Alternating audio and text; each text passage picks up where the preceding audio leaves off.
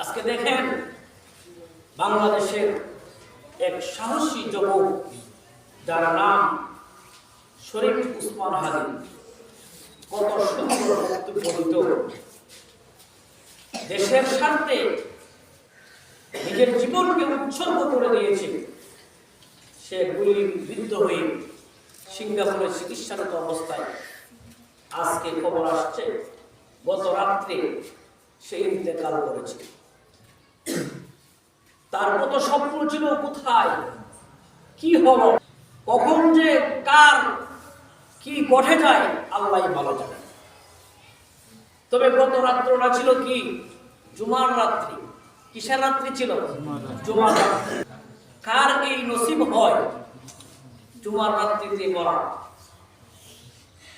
রাসূলের হাদিস তিরমিজি শরীফের 174 নম্বর হাদিস, মা মিন মুসলিমিন ইয়ামুতু ইয়াওমাল জুমআতি আও লাইলাতাল জুমআতি ইল্লা মুকিয়া ফিতনাতাল কবরি।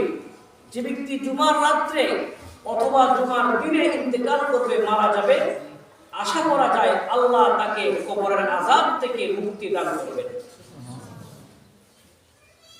আমরা দোয়া করি আল্লাহর কাছে, কারণ মরণ তো আমাদের হবে।